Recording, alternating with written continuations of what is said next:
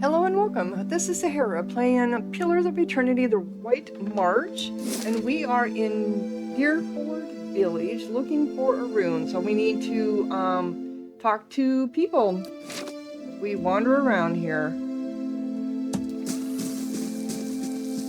There's a cowled man, a cowled dwarf, a cowled woman, a boat companion, and Meredith?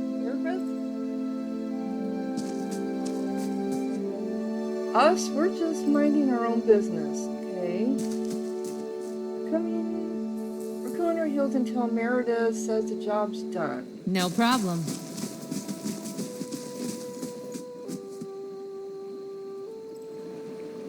An elf idles by the road, watching the village across the river. He nods as you approach, and the cowled figures standing near him fall silent. Medrith. Gods keep you.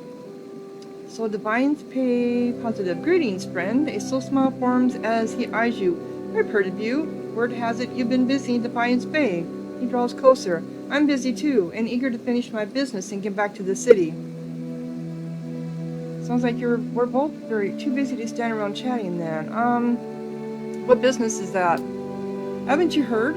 There's a murderer on the loose, said to have gone mad with grief and strangled a dozen healthy children when her own was hollowborn.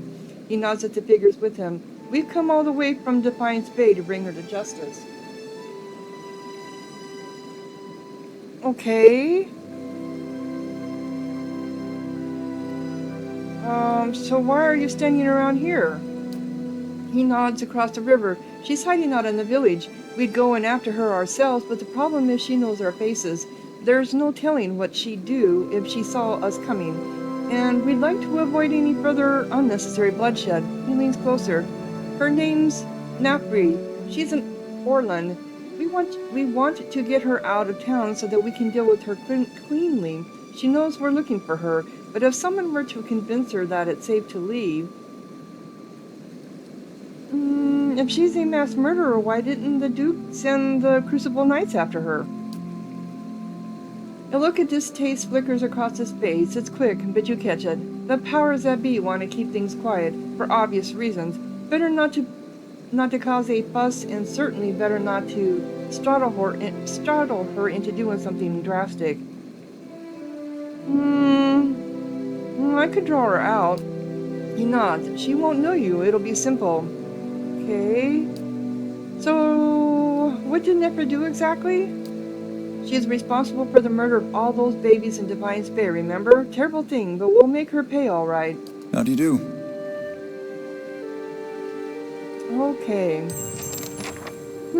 So she strangled a whole bunch of innocent cat and mouse. And her out of Dyrford. Edward told me that he's looking for Nyfre, a murderer from Defiance Bay who's killed dozens of children. Oh, I had an interesting reaction when I asked about the Crucible Knights. I don't think he likes them at all. No, it's odd to me that someone like Meredith was sent. Doesn't exactly look official. No, not in cowls, you're not. Okay. So that's the bridge. Let's go up this way first, the way we were headed originally. I need to put in my, Eh? Let's see if I can go No stealth problem. mode and find anything.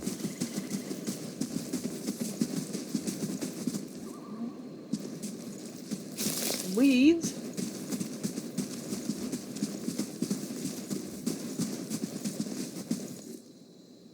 I don't think we're even in the town yet. No, we're just up here across the top. Who are you guys? Yes, what I thought. Okay. You see a Zanrup gurgle gently as it falls to the ground, the victim of a small blade to the throat.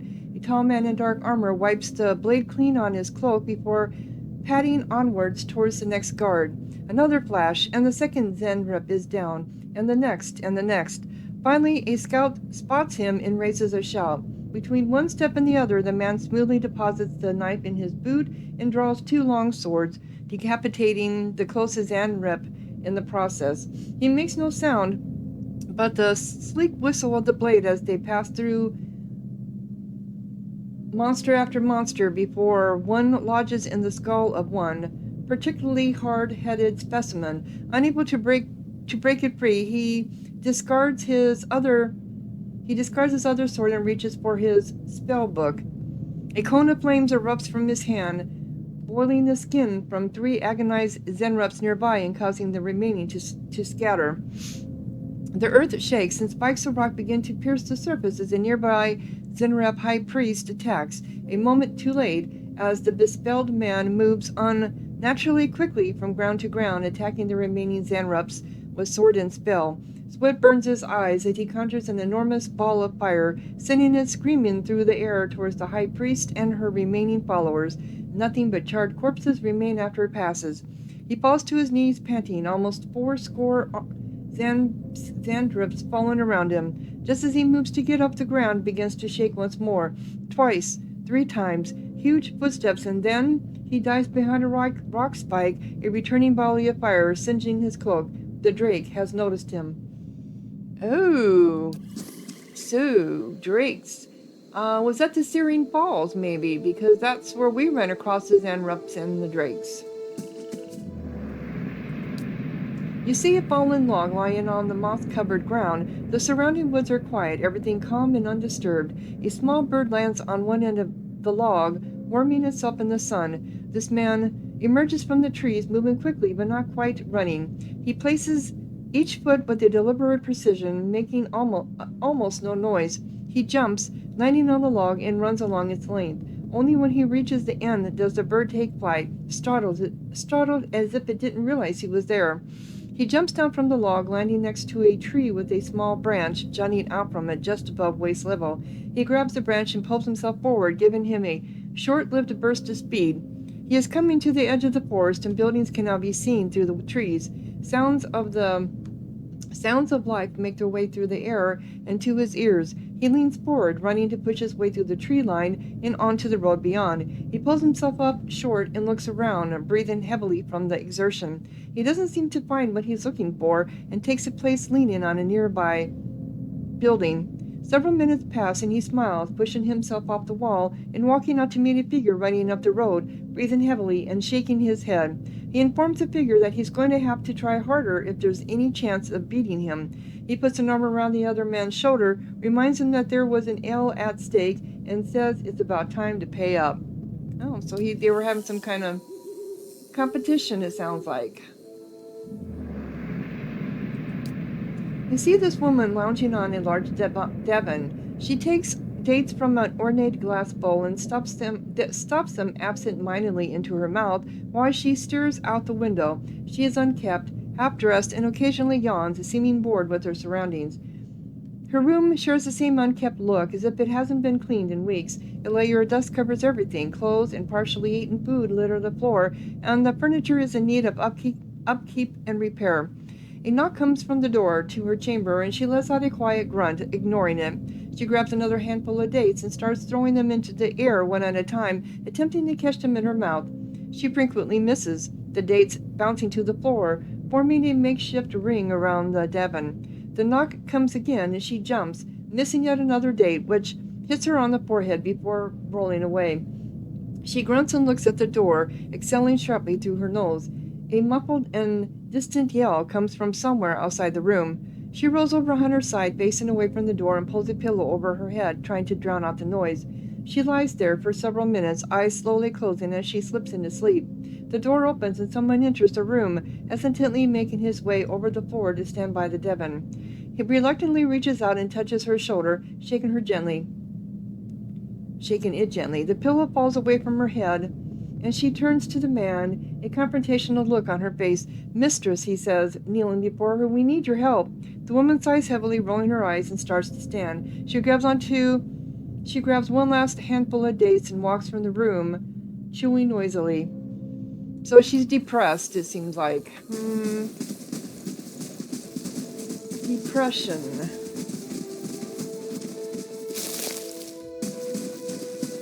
Okay, where does this take us? Does it open any of these up? Nope, it does not.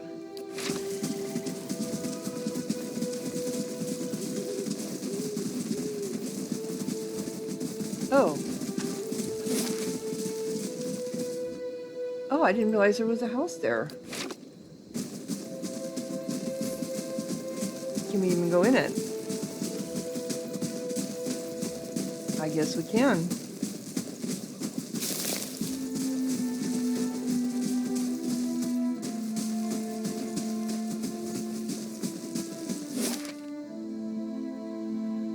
Just seeing if it opens anything. Okay, so what house is this? Doesn't say. Temple. Okay, so this is the temple.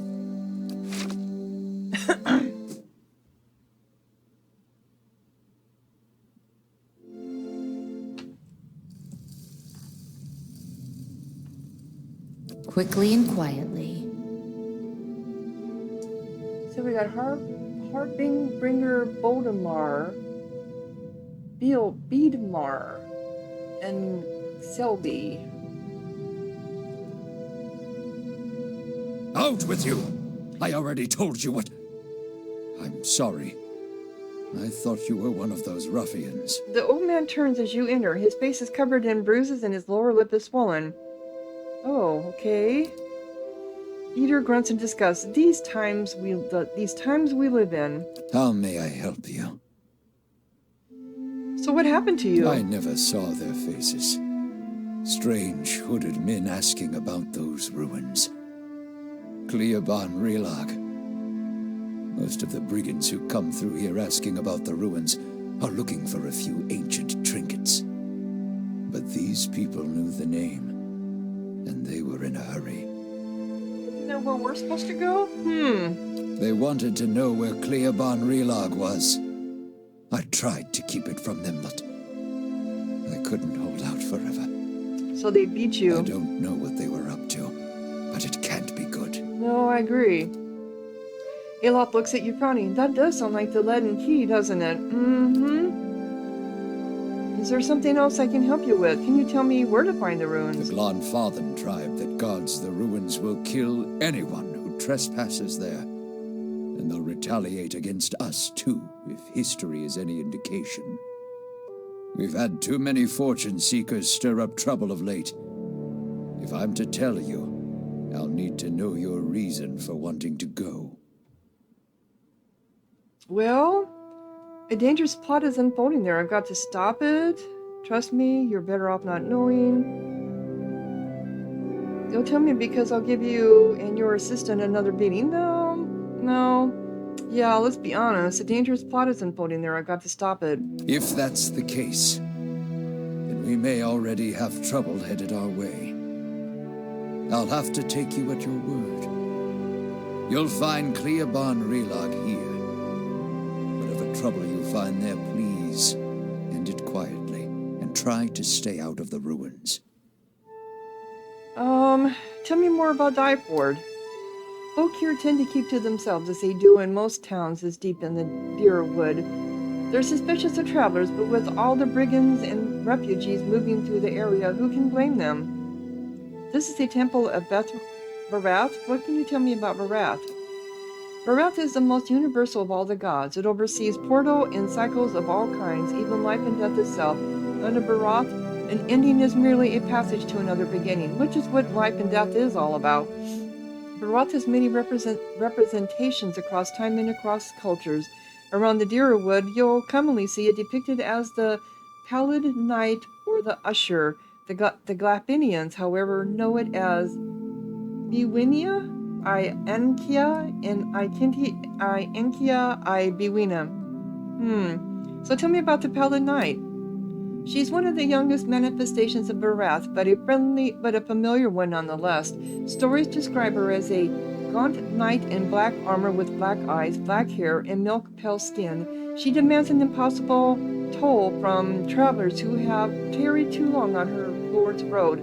Some challenge her only to slay themselves in the process. And who is the Usher? Kith have written stories, songs, and poems about the Usher for centuries. Sometimes he's folk, sometimes dwarf, and sometimes merely a walking skeleton. He never speaks, but he guides the way to death and the next life. He also creates the circumstances for the wayward to stumble into their own graves. Okay, so he's not a nice one. I've never heard of Iwena I Akina and Akina I Bowena. It means life and death and life, respectively. You see them in two skeletal figures, one male and one female. Explorers have found them carved opposite one another in doorways, but I know of no particular legends that speak of them. Thanks for the info. Of course, Vareth was once more widely worshipped in this area, but it is a silent god. He smiles sadly. These days, people find themselves in need of clearer answers. Yeah, everyone does. Okay, so I found where to go. Become Bedman, show me where to find, but he wanted me to stay clear of the Galaphanian rooms guarding the rune. Okay. Okay, so I've got a couple of things here. I have an attack in 4 days. Somewhere the Shackler begins his journey back to Garion Yusan. Oh no, we killed him. Saint Irene's Knot, rewards. 25 expense. Items, cradle, copper. Minor item. I'm gonna have to hire some more people. And treasure, minor helm. Well, I thought he was gone. Let's send you. Okay. So we need to, unless I want to auto-resolve this. You have accrued a debt due to damage to the stronghold. You won't receive any income from taxes until it is paid. Oh, okay, I'll just pay it. All right, it's done. Is this... I have 4 days left. Okay, no, wait a minute. Did it get completed? So not added. The quest expires in 2 days. Security reports that cutthroat bandits will attack the stronghold in 5 days. It's executed. I thought I had something I was working on. Completed. Oh, it is. Here it is. I thought I already did the West Curtain Wall. I could have swore I did. Maybe it needs to be done again. I know I did. Let's talk to you, though I don't think you're going to say anything. Talk to Bidmore. No one trusts me with anything more than lighting candles. Well, that's sad. Scroll of Valor. We don't ever use those anyway, really. This all there is just this little room. Okay. So the very first building, I found out where the rune's at. Is it going to end up on my map now, or is it in the village? Okay, so...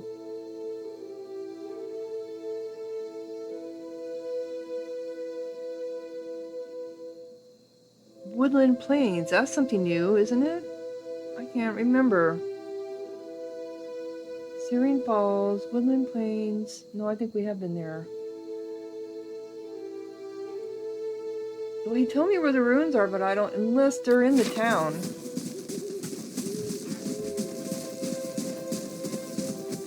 Here's the Grieving Mother.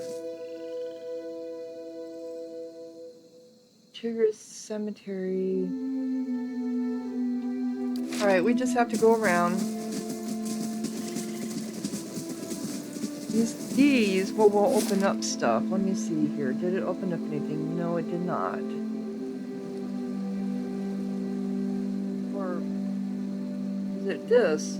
There it is. Okay, but I can't get to it from there. I have to open it up.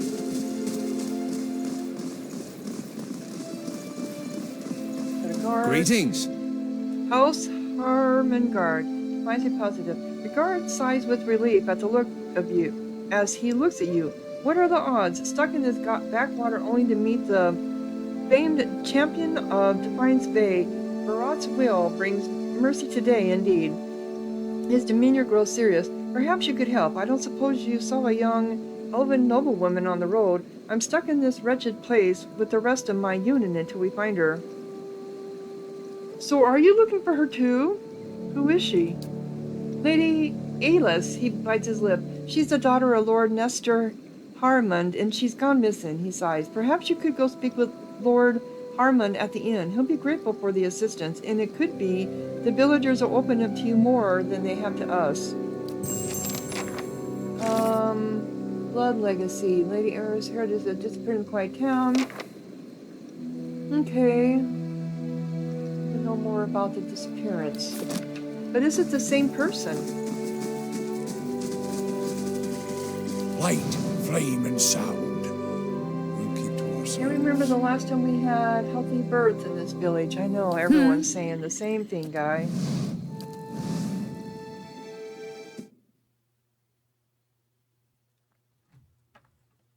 I didn't see what this is. Oh, this is the mill. Okay. Last time we were in the mill,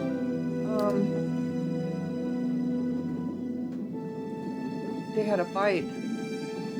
They were fighting with some of the townspeople. With Gilded Bell. Oh, I discovered something. Look at this. I see it.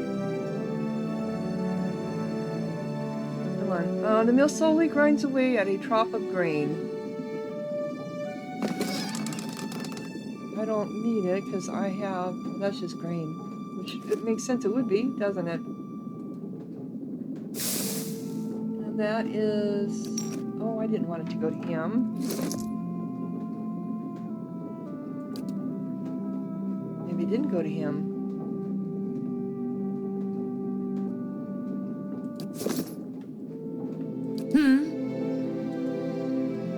That's another breaking in. That's sugar. I suppose I can still if I want to, but it's not important.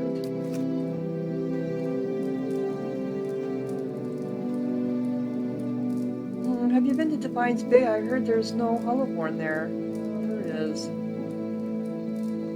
That lord staying at the Dragacon has just about worn out his welcome. Has he now? So where's the miller at?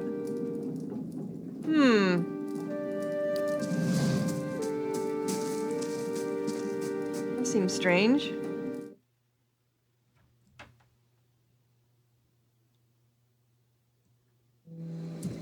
Alright, we're just gonna go... Yeah, that way. Or do we want to go down?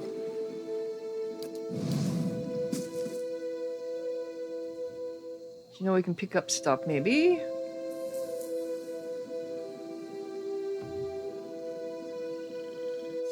Nope, look what I found. Look at this. Alright, grappling hook. I forgot to put myself in fast mode. Fast mode! You got piglets? Hi, piggies! No, that's fine. They just make little noises. Villagers. Oh Lord, I have bigger problems if the guards keep pushing us around. Oh, that's not good. No.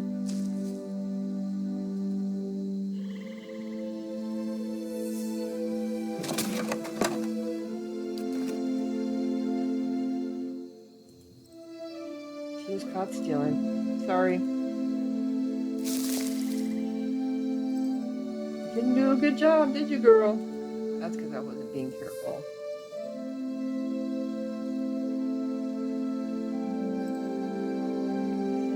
No one around, is there?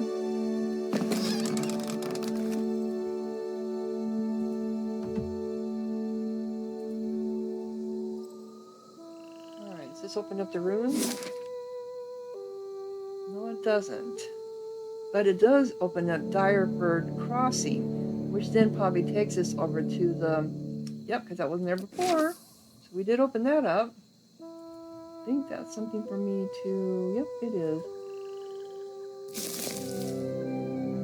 Here's the Grieving Mother. The woman looks briefly through...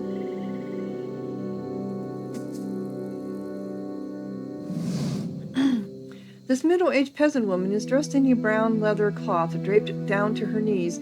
Her hands are working at separating stringy, colorless vegetables in a pile before her, stripping the hearts off the long fibrous stems with a paring knife. She discards the stems one by one, placing the heads of the vegetables into a small cradle-like basket in front of her. She doesn't greet you as you approach. You're not sure she even knows you're there. Excuse me. The woman doesn't respond. She keeps stripping the heads from the vegetables with a steady rhythm. She may be deaf. There's no indication she heard you. Study the woman. At first glance, she seems nothing more than a middle-aged woman, unremarkable, maybe less stern than most, who seems more focused on the weaving in her lap than her surroundings. Yet you suddenly notice she's not stripping the vegetables before her any longer. She's weaving, and the vegetable pots are now missing. She still pays you no mind, her brown locks torn and shagged from lack of washing, like many of the townsfolk you've seen. There is a strange blur to her. Even the motions of her hands seem to be playing with threads that lack color and a shape that lacks interest. Okay. It may be that she is half-minded or deaf, but something feels wrong. As you watch, her knitting takes on an odd cadence, and you have a terrible suspicion that something lurks beneath what your eyes are showing you. Okay. Her brown hair is long, almost impossibly to the length of her hands, as you follow the streams. Almost impossibly to the length of her hands, as you follow the streams of her locks downwards. The hairs become long and black, splitting off into threads of black and silver and wrapping around her hands. So she's under some kind of she has a spell around her. She is forming a soul cradle with the threads, braiding a net in front of you, each finger long and sharp like a series of knitting needles, almost hypnotic. The silver and black strands of her hair weave together, with silver predominating as a highlight, the black shadowing it. And suddenly you are calm. You are on a plateau, almost the height of a tower, several stories high. The plateau is like a table lying beneath a clear sky, and beneath the plateau, surrounding it in all directions, a forest, lazy with mist, although whether it is actual mist or distance or a recollection. Resting in the curve of a natural arch above you is a great copper bell, half again the size of a man, hanging at attention as if looking down on you and the event unfolding before you. The plateau has soaked in the sun, and the rock beneath you is rough and warm. The sky forms a cradle around you. You feel different, not disembodied, but you feel your body. Your physical contours have changed along with the surroundings. And you hear a soft series of chimes, like wind chimes.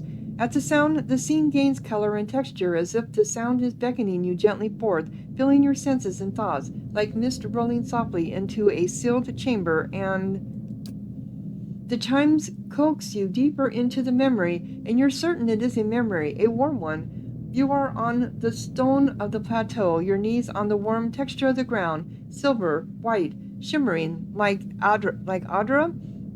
The plateau is formed of it, glistening in the sun. You can feel the heat on your skin, your wrists, and your hands. Your hands are in motion.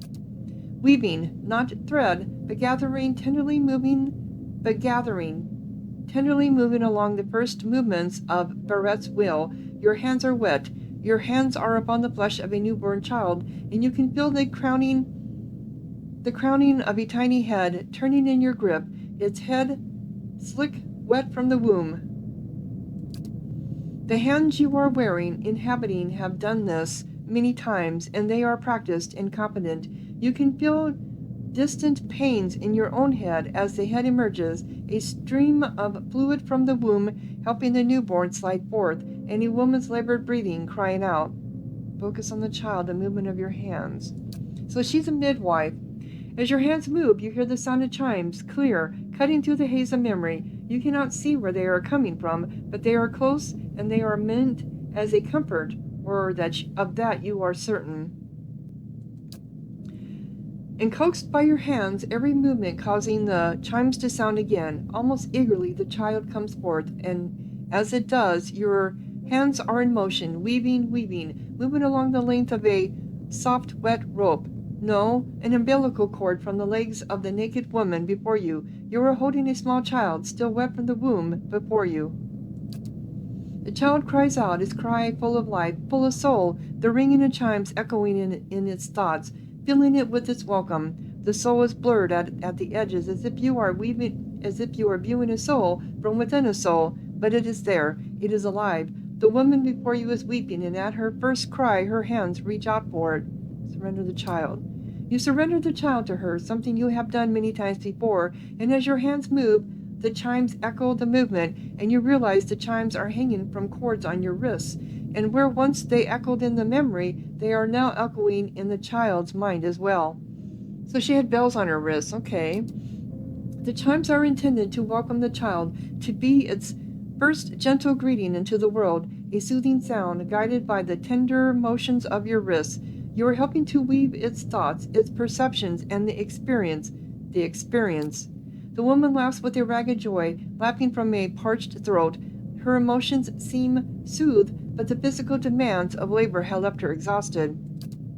But the child is here, the child is safe, and all atop the plateau is peaceful, calm, distant, flattening out as the memory persists. Slowly pull back, retreat from the memory.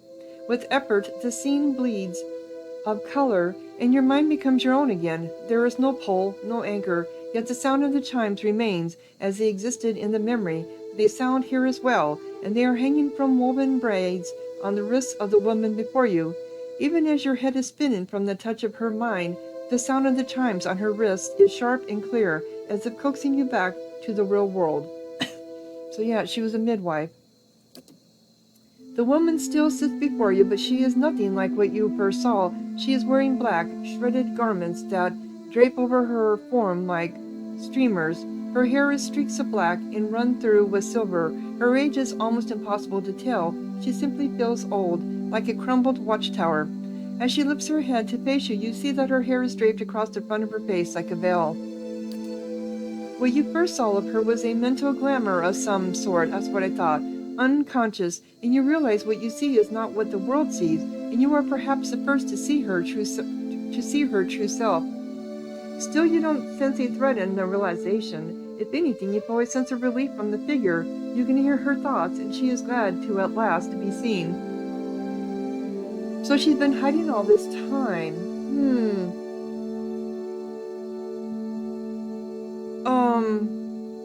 What was that? I am seen, but the eyes of others do not remember. You were the first to see me as I am, the call stripped aside. There is a light touch on your mind, a caress, and her left hand mirrors the motion of the touch, reaching up to the air between you. You hear the chime on her wrist sound, softly. Her hand moves as if pantomiming, resting on your cheek at a distance, and she speaks softly and slowly. Your memories. A cadence of wheels on a caravan track. Fever. Questions by running water. Violence in a night's campfire. Arrows in the dark. And fleeing. Falling rock and cracking stone. And a storm. The storm. The storm that brushed you. Did its screaming wake you from your mind's cradle? Your memory of it is painful. Its cry is difficult to ignore. It's like a child. Many children crying out. I encountered a big yes, and it did something to me. You were attacked in the woods as we were on our way to Gilded Bell. Cautious what you read in my mind without my leave. It happened between us on that plateau. Yeah, I encountered a Biowek, yes, and it did something to me.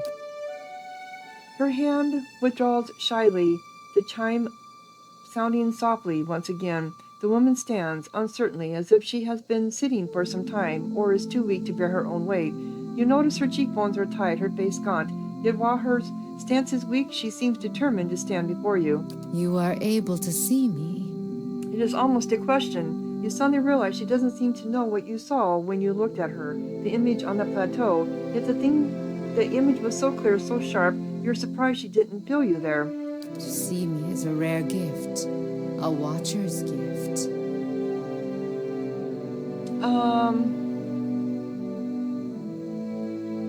You said you could hear a storm in my thoughts. What do you know of the soul storms?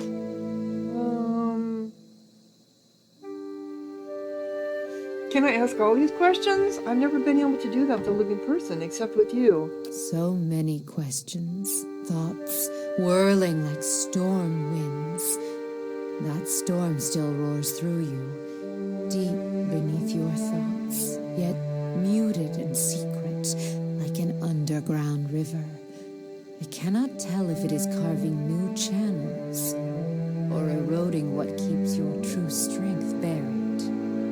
The fact that you could hear it at all, survive it, is something few have ever done. Your power will grow stronger with each soul you touch, as it allowed you to reach out to mine. There is a silence, and although it seems to last for but a heartbeat in your thoughts, it stretches out between the two of you like a pole between your minds. You blink, take a breath, and then you realize she wants to ask you a question, yet can't form the words, as if assembling them is painful, or there simply are not enough pieces. Do you wish to travel with me? Oh, really? You feel a wave of fear, gusted with the strength of relief, although oddly her expression does not change. Then fear dissipates and you feel strength and certainty, as if the plateau from her memory lies beneath you and a calm sky looks down upon you. Oh my goodness. Okay, so what is she? She's a cipher.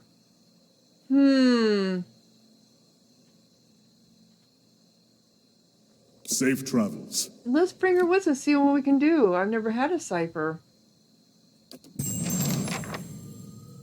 Dream and memory. I met a strange woman who I knew only as a grieving mother. She's a powerful cipher who shrouds herself from plain view. Yet even though our minds experience a powerful communion, I know little about her or where she came from. Learning the grieving mother's past, when I first encountered, or was it a memory of childhood? Perhaps a grieving mother herself can explain what I saw. Okay. Your thoughts must flow deeply indeed. So, what do you do? I'm gonna have to level you up first. We have a lot of leveling up. Okay, so her thing is stealth and lure. So she does do hands-on fighting. Okay. But her main thing is lore, which makes sense it would be. So we're going to do lore, mechanics, survival. We'll do everything. And she's going to need athletics too. They all need athletics. Okay. And then she does antipathic build. Creates a toxic physical manifestation of the mutual empathy between the cipher and the enemy target. Enemies caught in the path between the two will suffer corrosive damage. Eye strike. Shocks an enemy's visual receptors, dazing and blinding them, as well as blinding nearby targets. That's pretty good. Soul shock. Briefly transforms the outer shell of an allied target's soul into energy, releasing an electrical burst around them. Characters standing in the area around the target take shock damage. Continuous grasp. Assails the target's grasp on reality, frightening and confusing them. I don't use that enough. So it's either going to be Eye Strike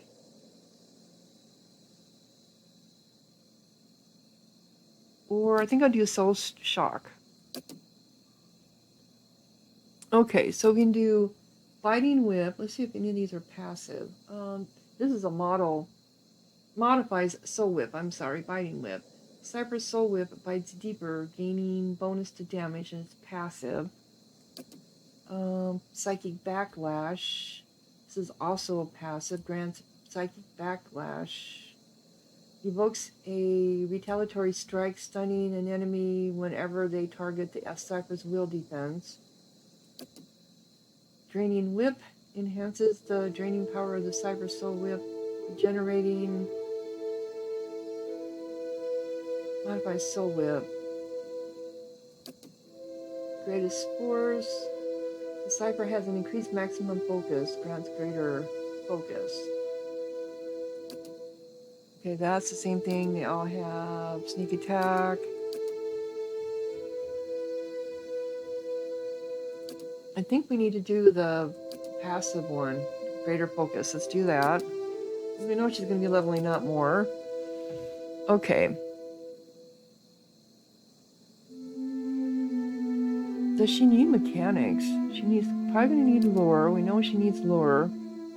She does need. Does she need stealth?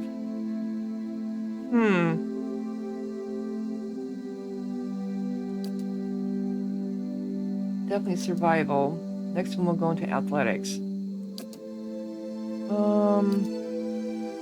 Amplified thrust bounces psychic energy harmlessly off the target and onto the closest nearby enemy, causing pierce damage and violently pushing them backward.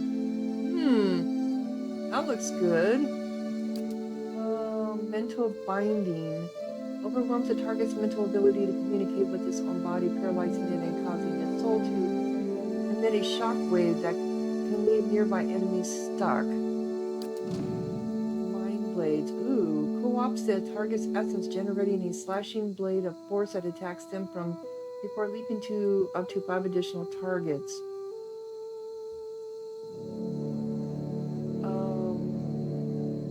It will hurt us, so too, it looks like. Phantom foes invades the minds of targets in the area of effect, causing them to believe they are surrounded by phantom foes, leaving them flanked for the duration. That's kind of cool. Psycho-vampiric shield.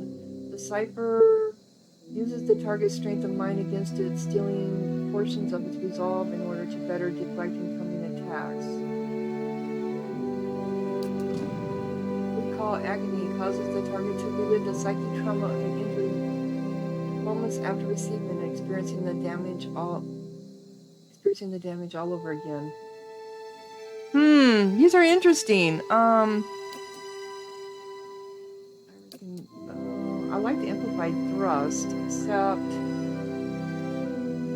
pierce damage and violently pushing them backward. Let's try that one. Didn't I pick that? Oh, we get 2 of them. Okay, I guess I didn't realize that. So then we'll do mind blades too. Okay, so we need athletics. Because that's where they get their second wind from. And then lore. I'm assuming she needs lore.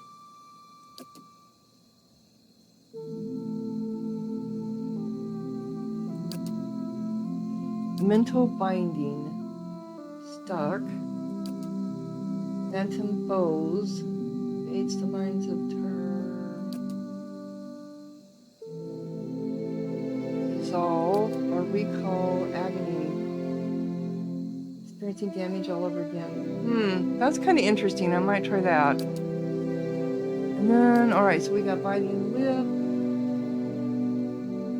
Cypher still whips, bites deeper. Psychic backlash. Invokes a retaliatory strike, stunning all enemies wherever their target cyphers. Draining whip.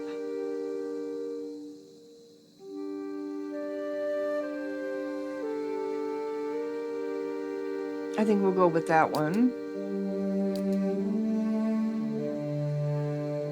Okay.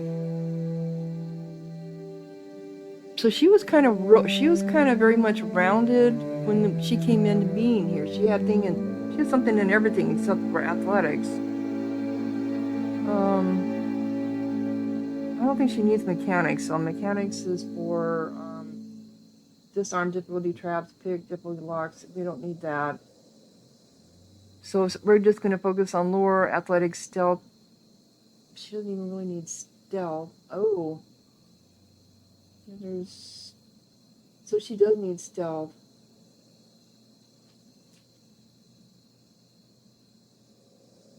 Does she?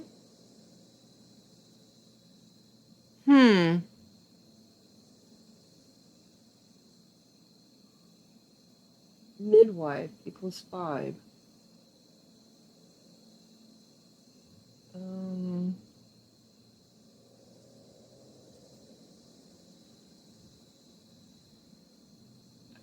Access holiday camping bonus. So we have 8. Let's go ahead and do the lure. And then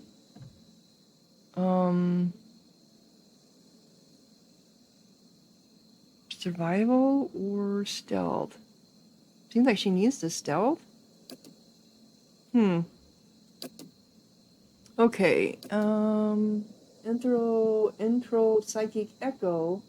None of her stuff is really passive. Generates a rebounding wave of psychic feedback between the Cypher and an ally that causes crush damage to enemies caught in between. Oh, that's kind of cool. Fractured violation. Violates an enemy's memories to bring vivid recollection of past failures to the surface, leaving the target hobbled and weakened. Pain link. Mentally links nearby enemies to the target, forcing them to experience a portion of all damage the target suffers. Allied target. That seems pretty cool. Puppet Master. Destroys a target psychic defenses, leaving them dominance by the Cypher for the duration. So you can... Secret Horrors. Causes enemies in the area of effect to believe their worst fears have been realized, frightening and sickening them for the duration. Or Soul Ignition. Forces an enemy soul to leak energy, lighting the air around them and burning them over time. That sounds interesting. Let's do that one.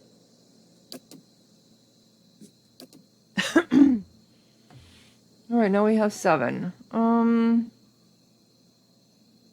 We need athletics. There's just no doubt about that. And survival. Pain Link. Puppet Master. Secret Horrors. Or Soul Ignition. Oh, that's kind of cool. Alright, so this is all the same. Veterans Recovery. Yeah, we better do that. By adopting the strict discipline of a fighter. Yeah, we better do that. Okay. 7 more.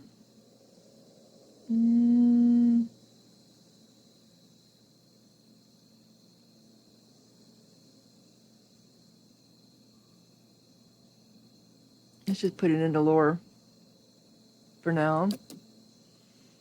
Body. Oh, this is a different body. Attunement. The Cypher probes the mind and soul of the enemy target, finding the strengths of his defenses and stealing them for his or own. Drains a portion of the target's damage reduction, granting the same amount as bonus to the Cypher. Mind Lance. Impels the target with a lance of pure force, inflicting major pierce damage to anyone in the line of attack with a high chance of causing an interrupt. Pain Block. Silent Scream. Reduces a psychic howl in the targeted area, stunning the target as well as dealing raw damage to all enemies within. Stand a high chance of causing an interrupt. Wild Leech.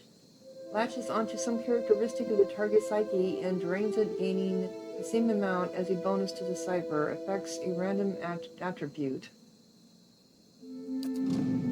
Going between. An ally specifically takes on the form of a spirit. Their movement is increased in many incoming crits, hits, and grazes are converted to a less severe result.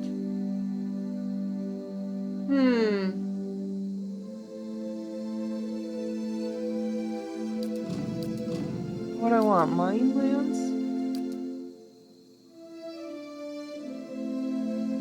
Pierce damage to anyone on the line of attack with the highest chance of crushing. Yep, let's do that one. Alright, so we got 8 again.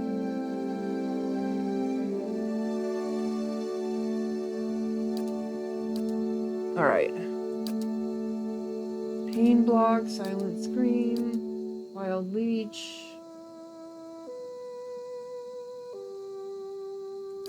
We're going between.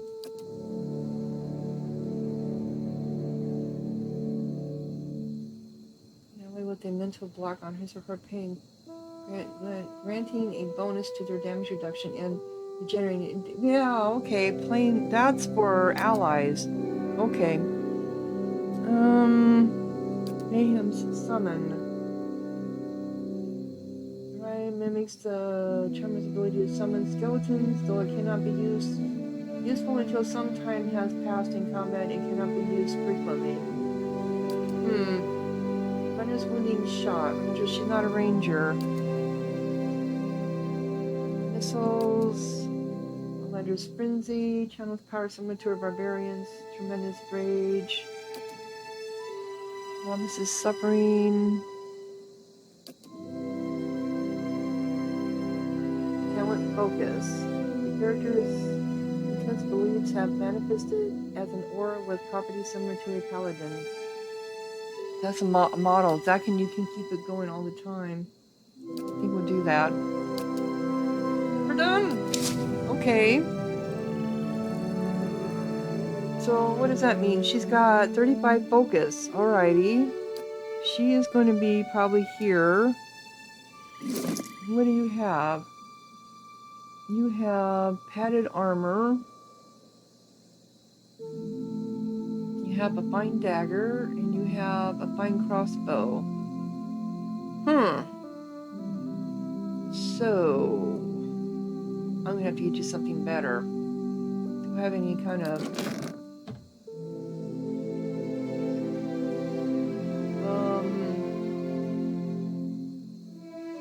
a fine sword. Can you use a fine sword? If you want to use a dagger. Oh no. So we got padded. We don't want pet, we want light armor, fine robe, light armor.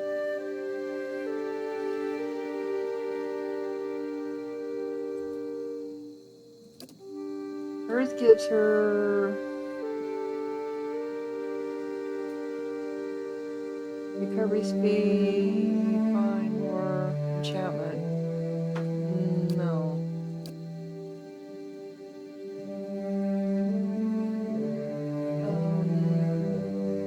That's determines his ropes.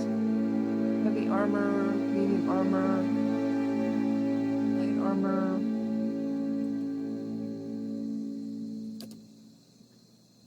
Okay, 8. Recovery speed 20, same damage reduction. Exceptional damage reduction enchantment. Yeah, I think this one will be better for her. What was I looking at? Exceptional.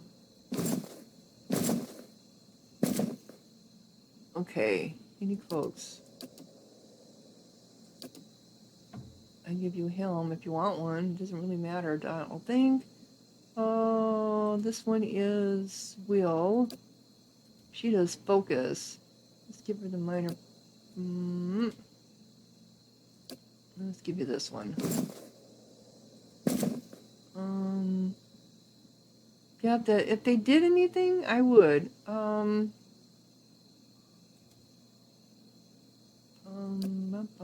about ring? I've got ring. Grants suppresses. Nope, that's nothing.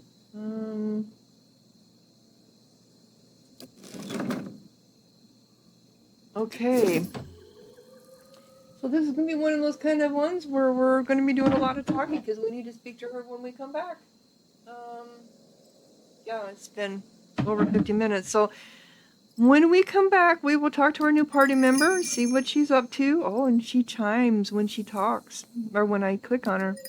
Ooh, nice. Yeah, so if you're enjoying, click like, leave a comment, subscribe, and thank you so much for watching. Sahara out.